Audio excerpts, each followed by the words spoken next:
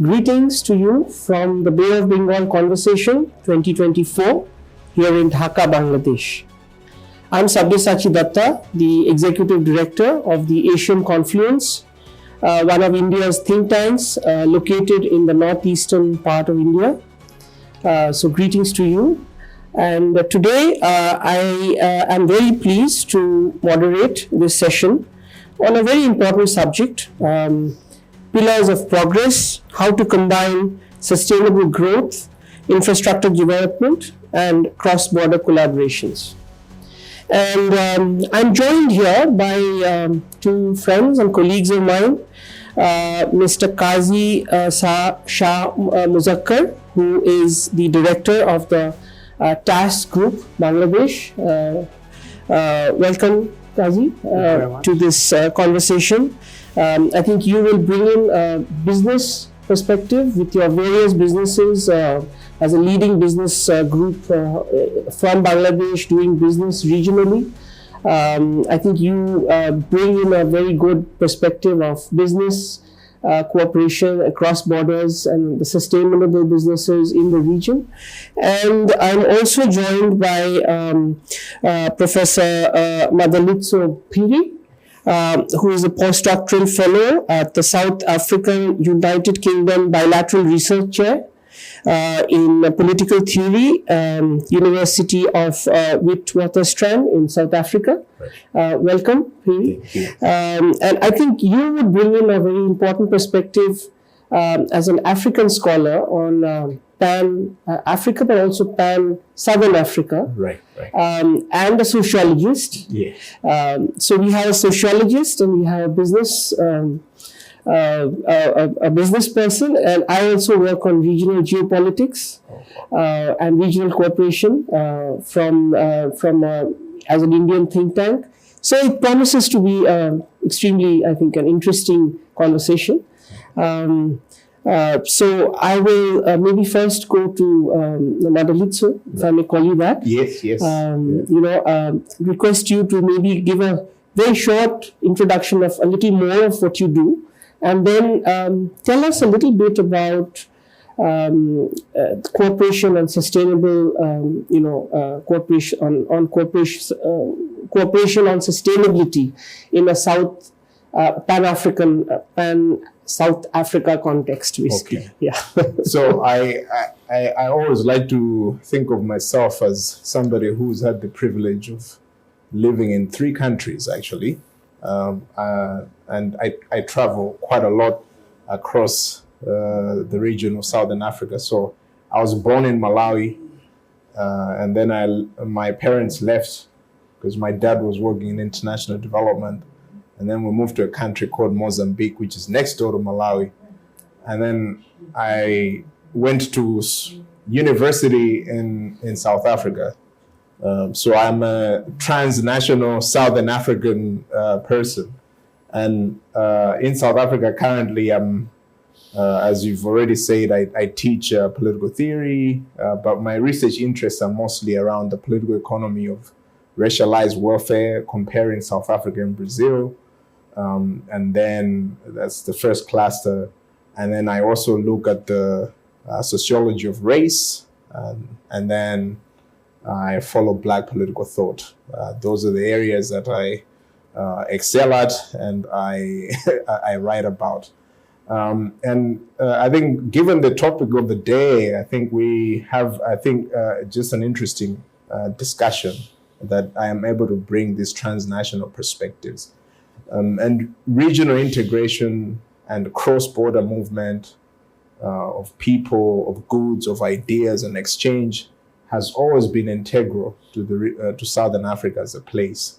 As with my own narrative, I've had an opportunity to live in a relatively poor country and one that was coming out of conflict, Mozambique, and then South Africa, which is like a larger manufacturing hub, has been a center of many global activities and integration, but also to be able to talk about the whole narrative of Africa as a changing continent through institutions like the African Union and the free trade agreement that has actually recently been signed on, which poses to be one of the largest trading architectures in the world. All of those actually link up to our discussion today. So I'm really excited. Yeah. Yeah. Right. If I can draw a leaf from what you just said, I think, for example, if I just take away the, you have lived across three countries as you said, and if I just, in the Indian South Asian context, I live in Northeast India. I think Kazi is in Bangladesh. I was just talking to some friends in Nepal, and then yesterday, before coming here, I was meeting some people from Myanmar. It's just amazing how close we are to each other. These political lines are there on the ground, but actually it's people have common aspirations across borders, right? And it's a similar ecology.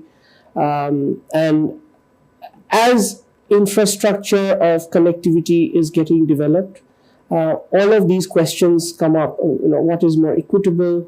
What's going to go across? Who is benefiting? Is it at all necessary? And I think these are the kind of questions that we are delving into. And there was a time when these borders didn't make much sense because people just flowed across seamlessly.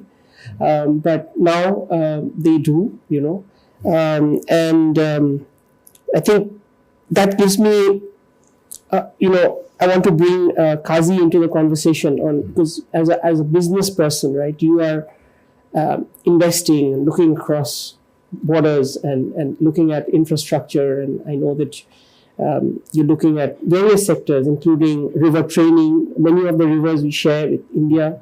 You're looking at airlines. You're looking at tourism. So share a little bit about how you are seeing.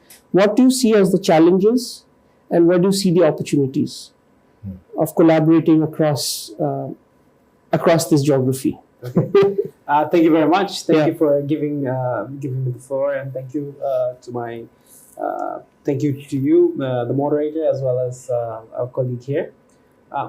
So I'm actually a third generation in our family business, and our business started in 1937.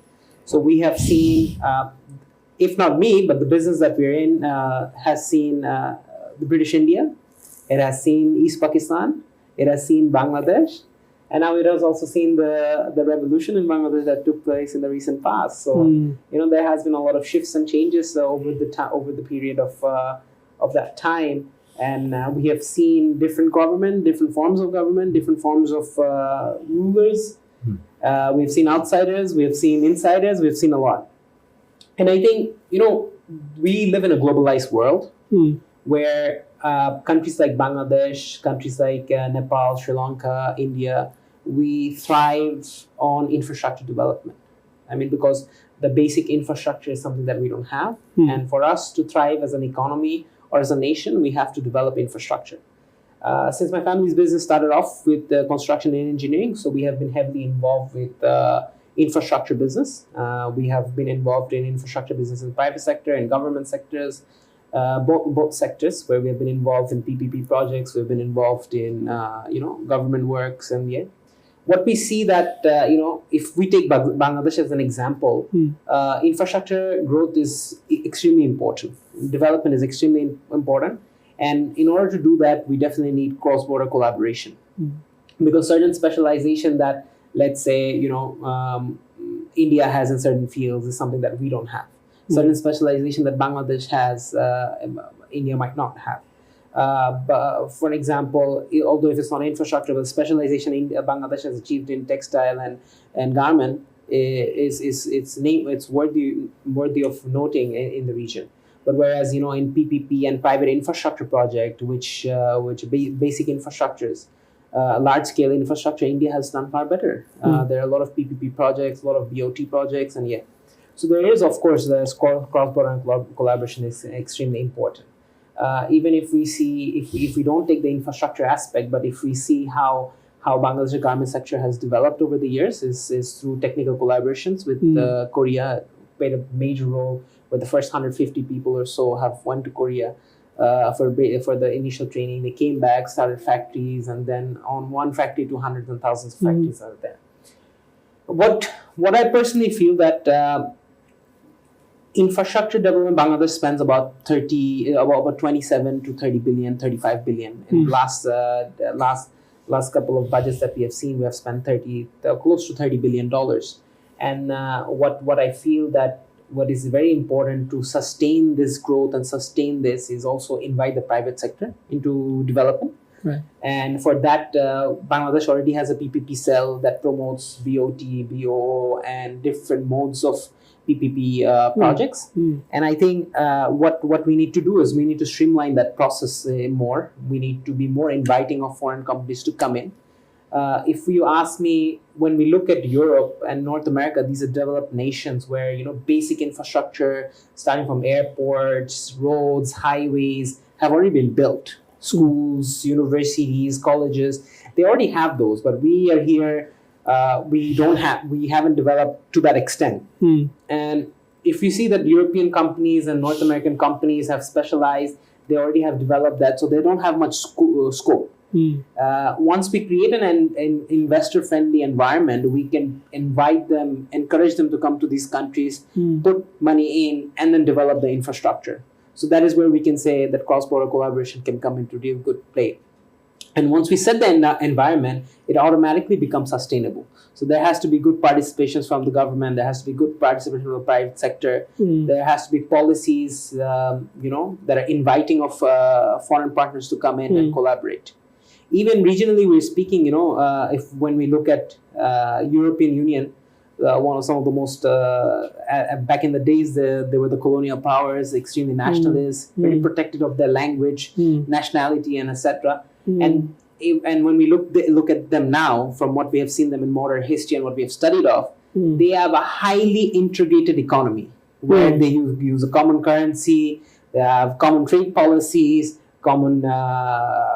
so these things, given that the resources that this region has, the region of South Asia, where we consider India, Pakistan, Bangladesh, Sri Lanka, Nepal, Bhutan, and Maldives, the resources that we have, the talent pool we have, the human capital we have the capacity to have a similar integration, if not to that extent, but somewhat integration that can benefit us. And all these countries have core competencies, and if we can sit down, determine what are the core competencies of these countries and support them in that. For example, Bangladesh has certain core competencies in, let's say, manufacturing of garment or manufacturing of textile. India does too as well. Pakistan does too. But who does what better? Then we support them in that, and we equally distribute it. I think the growth would be much better in my opinion. Instead of because we are all interdependent, and we all have trade between us, which is the lifeline for this country as well to an extent. How do we take that into our advantage is also something we have to look at. No, I think you made a very valuable point, Kazi, and I think I'll draw from the word interdependent that you just said. I think, honestly, we really need to understand our interdependence more, at all levels, not only at the political level, but also at the ecological level, and that will translate to, I think, promotion of whether you call it industrial value chains or ecology. Startup ideas on green sectors, clean energy, whatever have you, right? I think it needs to have we need to, as a region, have a better appreciation of the interdependence. And that's, again, so important for sustainability. If we do not understand interdependence, we will not make it sustainable. You know, I can give you an example. At Asian Confluence, we have been working on two ideas. You know, I'll just name two. One is being a think tank in the northeastern part of India. We have 8 states in the region, 8 subnational states of India. India is a big country, as you know, and there is an enormous potential for high value fruits and vegetables to be produced there. And through connectivity and through Bangladesh, which is itself a market, and the ports, you know, you can make actually viable agri-based value chains, you know, which can yield enormous benefits for both India and Bangladesh, basically, because those products are not grown in Bangladesh, but Bangladesh can be the marketing hub and the point of export, for which Bangladesh can really gain. And those states are landlocked, so they can gain from connectivity to Bangladesh and have organic high value products. But it needs a recognition, and you know, there's a lot of infrastructure being built across the borders. For example, land ports, roads, railways, airways. That's already work in progress. But a challenge lies in connecting the dots of, if you really want to make a value chain, you really have to understand how to make it sustainable. And for that, cross-border collaborations become extremely important. And I think in an African perspective, right. Again, I think, Madalitso, what would be your sense of how big is the understanding of the importance of understanding each other between the countries? So I think that's a really important observation that you've made. But I really wanted to frame that answer in its historicity. Sure. I think it's important. Sure. As I think maybe when we're in this part of the world, we downplay the role of colonialism and the architecture that it left behind, right? Well, I mean, it depends where I'm speaking. Please, right? Please speak freely, because I'm going to speak on right after you on colonialism. And I think one of the things that we, at least for Africa as a region, is that this was a highly a continent that was integrated into the world capitalist economy on unequal terms, as is the case with most formerly colonized spaces, even in this part of the world, as much as there's been massive transformations across the region, which I do visit quite often. And I'm like, oh, our friends are really moving in the right direction, right? But I think for us, there's been that hang up colonial imaginaries that continue to really play out into our daily relations across the continent and the region, in terms of people choosing to define themselves around ethno-nationalist politics and associations, which sometimes can actually be barriers to the progress that we want to see from I use the small letter D development, right, and integration.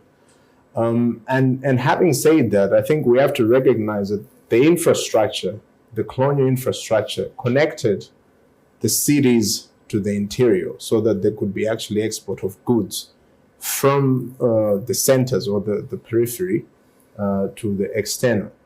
And I think for a very long time throughout the 20th century, most nationalist governments that had actually emerged wanted to really come out of this colonial question, right? So that we could actually start to engage on the international stage. But that was actually also stopped by certain practices that became so common across, and ideologies, I think, globally.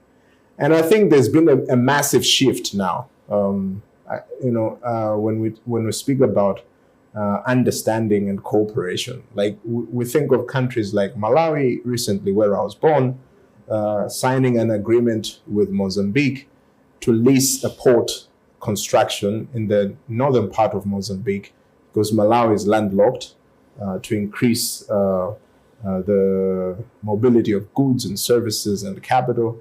We think of the role of the Chinese in constructing the Katembe Bridge in Maputo.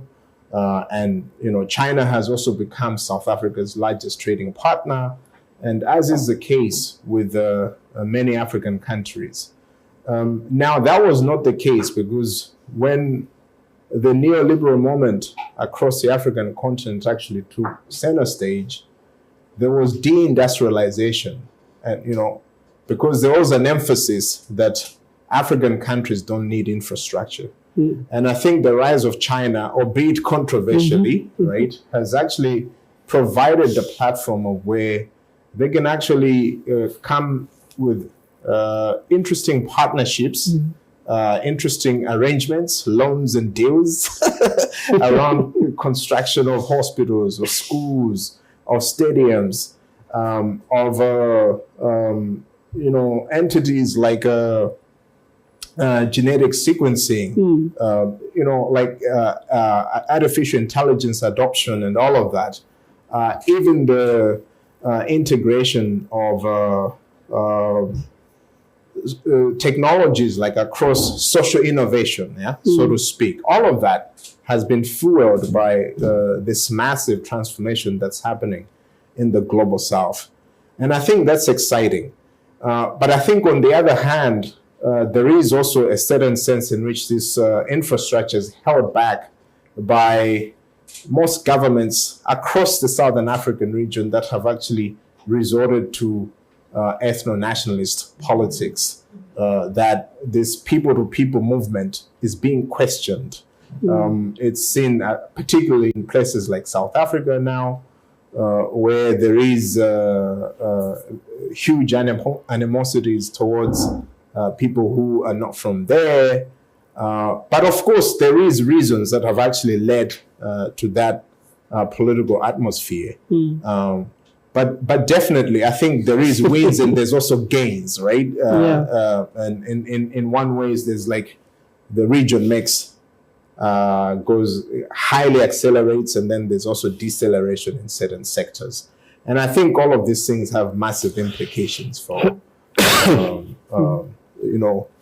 businesses. In the case of Kazi, I mean, you do a lot of work there, working with companies.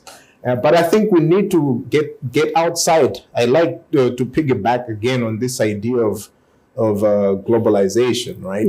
That it shouldn't only be for a select few. It should be a globalization that is much more inclusive, that connects people to people and ideas. And I think that has potential for transformative development and the gains that we would want to see in the region and continentally. No, absolutely. I think I totally agree with you, and I want to draw two leaves from one is history, and the colonial history. We had a colonial history, and just to draw a leaf from our history in this part of the world. If you see India, Bangladesh, especially Eastern India, Bangladesh, this region, what we call Eastern South Asia, it actually was the engine of growth at some point. It lies between South Asia, what is called South Asia in present terms, and Southeast Asia. Right? And there was a time when even far-off countries like Singapore were ruled from Calcutta. The colonial head of the British colonial, they ruled Singapore from Calcutta, and there was connectivity all the way from Lahore to Rangoon to Calcutta to Dhaka. It was part of one ecosystem. We had a connected past, which was driven by a colonial design for trade and commerce in the region. We had a connected past before that too, but it broke, and I think it broke suddenly because of whatever reasons. But I think it's again important to understand that it's very important to have the second point you made, for people to understand each other, the people-to-people contacts, for businesses to have trust in each other across borders so that they can collaborate. In Asian Confluence, we use a word called third space. Right. The third space means beyond diplomacy and beyond business, but the space to cultivate relationships. And I think that space can lead further to understanding each other, sustainable relationships and collaborations, and ideas for business actually to come up, especially in the challenges of the new, like the new challenges that the globe faces. AI, disruptors, new technology, climate change, all of that. Kazi, I want to just go back to you for some, we are short on time, but I think we can have this conversation for much longer, I think, but, can you share some of your perspectives on how you are looking at, as a business person, taking forward this idea of how sustainability can be combined with the infrastructure development and cross-border collaborations? As I've said before, it's very important for us to understand what is the infrastructure need and what is the development for every government. And then once we understand the need, we can definitely identify what is the solution and how we approach the solution. And I think that automatically brings in cross-border collaboration, because you have limitation in expertise, you have limitation in know-how, and once you understand the need and once you identify the problem and as well as the solution, you understand what it needs to be done, right? And what it needs to be done really says, okay, what is within my capacity and what is out of my capacity. So what is within my capacity is something that I can approach, and what is out of my capacity is something that I have to go out of. And for that is where, cross-border collaboration come in. I just want to ask you one quick question to interrupt you. How do you see your role as a Bangladeshi business person to take this forward? I think you are in a very important geography. We are very much in an important geography, without a doubt. What we can do is we can advocate what is needed in terms of policy changes, what we can advocate in terms of structural changes that are required for these cross-border collaboration, and to ensure that business is sustainable. Once business is sustainable, I mean, the growth in infrastructure, growth in in every sector, even in business and commerce and economy, will be sustainable. So I think really it boils down that what we can do. It's, after all, whatever we say, we need government interventions. For government interventions, we need policy changes. We need government to be open-minded and to be more inviting. And I think when it comes to growth of individuals, growth of infrastructure, growth of country, growth of national, we have to think outside of politics. Right. And what I feel that, yes, business at profit, we focus on profit maximization. But at the same time, we want to create a sustainable environment where our business sustains and profits for a longer time. So that means it's also, we are not, yes, it's a selfish thing, but profit maximization, you can say. But then again, we're creating an environment that is also better for everyone. But what role we can have as a businesses is we can convince governments, we can advocate to government, and we can pursue government. But government is, then again, the politics is where things becomes a bit difficult. I mean, especially in our region, I think if you see how relationship between outside politics, relationship between Pakistani and Indian and Bangladeshi and Pakistani, or I think the relationship is fantastic. However, I think it's the political idea or political agenda that reshapes things and then transcends into people and creates a lot of cloud. I think, like I brought the example of Europe. Europe was some of the most nationalistic and very closed-off, closed-minded countries in the world. But now, for their sake and for their betterment, for their development and sustainability, they have integrated into a highly integrated economy. Very, very quickly, I think. Sorry about the time, but no worries. I think Africa, the story about African cooperation in the African context, the dream of an African Union, which again, and then there is a dream of a South Asian Union, and the experience of South Asia. Right. And your experience as a scholar and a sociologist and a political strategist, Right. and drawing a leaf from history, and I think Kazi's point on how businesses should influence policy. I think we really need to share much more of all of this. I think last word from you. I do think that there were certain countries that across Africa that were not meant to be countries. My country, case in point, because it was just an imaginary of imperial powers, and I think the more we actually recognize the importance of regional trading blocs, it gives us a leverage, to think about common energy policies, common business policies, transportation policies. It makes 2 and 2 22. Exactly. So on that note, I think we've crossed our time, but there is no doubt whether it's an African experience or a South Asian experience. I think regional cooperation, regional trade, looking at this together makes much more sense. Absolutely. And makes 2 plus 22. Right. 2 plus 2, 22. So on that note, thank you again to both of you for joining me in this discussion. It's been a pleasure, and thanks to the Bay of Bengal conversation for allowing us to have this conversation. Thank you so much. Thank you.